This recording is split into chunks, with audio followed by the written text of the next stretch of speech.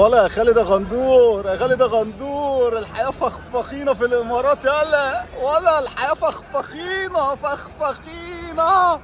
مليون مبروك يا أهلاوية، الحمد لله الأهلي بطل السوبر المصري المرة ال 13 في تاريخه. يعني كسرنا رقم الكاس بتاعنا، احنا ما بنكسرش غير أرقامنا. الأكثر حصولا من بطولات على مستوى العالم هو النادي الأهلي. النادي ده يا جدعان والله العظيم نادي كبير ونادي عظيم. احنا بنلعب النهارده فريق المرتزقه اللي راح ضحك على البت البيضه بتاعتي وقال لها انسحب وانا مش هلعب، وعطاها على قفاها، وفي الاخر سافر والله راح اجيب حقي، دول طلعوني من الكاس. وراح ياخد من السوبر اخد على قفاه تاني. ليه؟ لان احنا كل ما هنقابلك يا مرتزقه هنديك على قفاك. كل ما هنقابل البت البيضه اللي خافت من كهربا حط الصح هنديهم على قفاكوا. انا مغسول من جوايا، وكل الزملكاويه دلوقتي محروقين ومولعين، وكان نفسهم يحضروا المشاهد والاحتفاليات دي، بس هنعمل ايه بقى؟ غاويين فقر واحنا فخفخينا بقى.